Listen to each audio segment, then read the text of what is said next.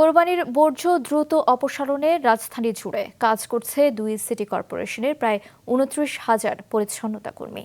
তবে রাজধানীতে সর্বোচ্চ পশু কোরবানি হলেও অলস পড়ে রয়েছে শত কোটি টাকা ব্যয়ে নির্মিত আধুনিক জবাইখানাগুলো।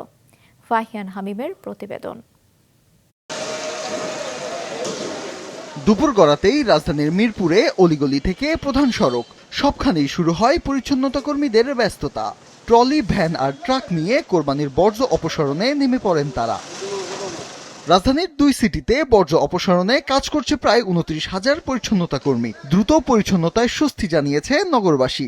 অনেকেই নিজেরাও অংশ নেন পরিষ্কার পরিচ্ছন্নতার কাজে।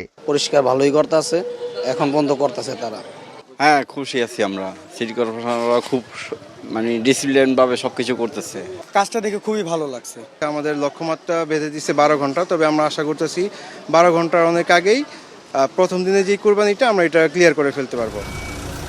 কার্যক্রম পরিদর্শনে যান স্থানীয় সরকার প্রতিমন্ত্রী। প্রথম দিনের পরিচ্ছন্নতা কার্যক্রম রাতের মধ্যেই শেষ হওয়ার আশা প্রকাশ করেন তিনি। আমাদের যেহেতু ১২ ঘন্টা সময় রয়েছে, রাত ২টো পর্যন্ত, আমরা ইনশাল্লাহ বিশ্বাস করি যেহেতু ওয়েদার ভালো আছে, আমরা রাত ২টোর অনেক আগেই পরিষ্কার কার্যক্রম উত্তর সিটি এবং দক্ষিণ সিটি সমাপ্ত করতে পারবে। ডিটারজেন্টের চিটচিটে ভাব বাদ দিন, ঘরকে করুন কমপ্লিট ক্লিন লাইজল ক্লিন। উত্তর সিটি জানিয়েছে ৭২ ঘন্টার সমন্বিত অ্যাকশন প্ল্যান নিয়ে কাজ করছে তারা। আর দক্ষিণ সিটির লক্ষ্য প্রথম দিনেই অর্ধেক বর্জ্য অপসারণ। আপনাদের বর্জ্যগুলো আমাদের দেওয়া ঢাকা উত্তর সিটি কর্পোরেশনের যেই হলুদ পলিথিনটি আছে সেটাকে সংরক্ষণ করে নির্দিষ্ট জায়গায় রাখবেন। দায়িত্ব উত্তর সিটি কর্পোরেশনের সেখান থেকে নিয়ে যাওয়ার।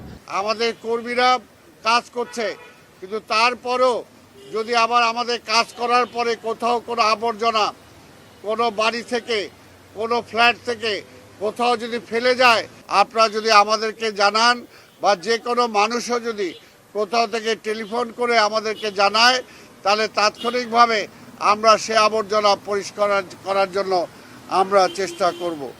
তবে সবাই যখন বর্জ্য ব্যবস্থাপনায় হিমশিম খাচ্ছে, তখন ঢাকার আধুনিক পশু জবাইখানাগুলো পড়ে আছে অব্যবহৃত।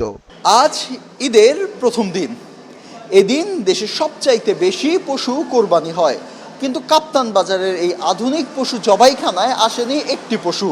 বছরের পর বছর এই জবাইখানা বন্ধ পড়ে থাকার ফলে নষ্ট হচ্ছে এখানকার কোটি টাকার যন্ত্রপাতি।